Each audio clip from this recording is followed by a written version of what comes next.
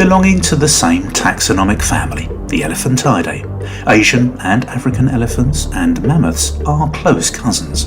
Between 5 and 3 million years ago, the elephants we see today and mammoths diverged and formed 3 genera: Elanthus, Loxodonta and Mammothus.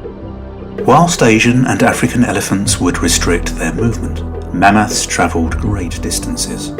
For example, they would reach the New World via the Bering Land Bridge, an ancient bridge linking Alaska and modern-day Siberia more than 1.7 million years ago. The Columbian mammoth would travel further still to occupy North America, whilst the woolly mammoths would arrive much later from Eurasia. In the modern day, we classify mammoths as either Mammothus columbi or Mammothus primigenius, with the Asian elephant family known as Elanthus maximus and African elephant family labelled as Loxodonta.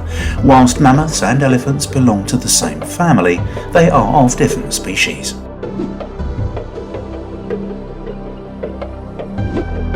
We can be sure that mammoths lived long lives. Scientists estimate that the lifespan of a Columbian mammoth was 80 years, while that of a woolly mammoth was 60 years. As we sadly know, mammoths are now extinct, most likely down to environmental and climate change, disease and hunting by man.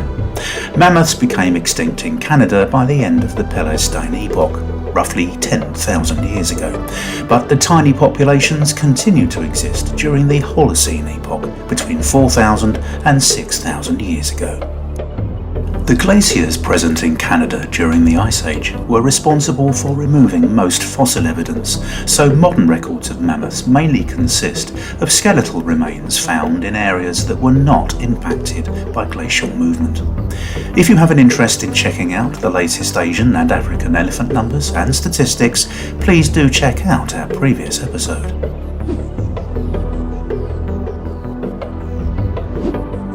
Columbian mammoths could reach 4 meters tall at the shoulders, with indicative research showing it to be larger than the earlier mammoth species, such as the Mammothus troghantheri. It was much bigger too than the woolly mammoth and the modern African elephant, both of which reached 2.7 to 3.4 meters, although all varieties see males larger than females.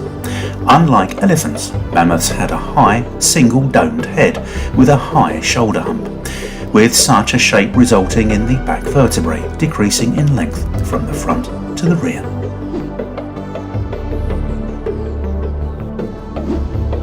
We already know that the Columbian mammoth was the biggest compared to the woolly mammoth.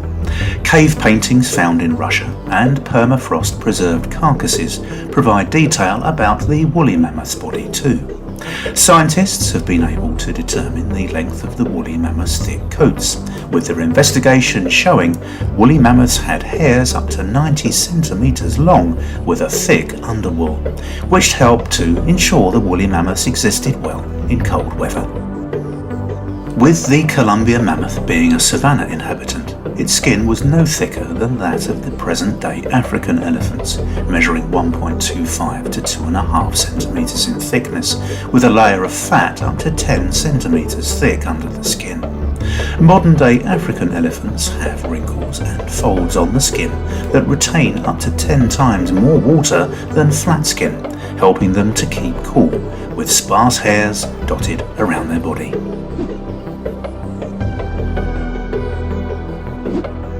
Mammoths had larger tusks than Asian or African elephants.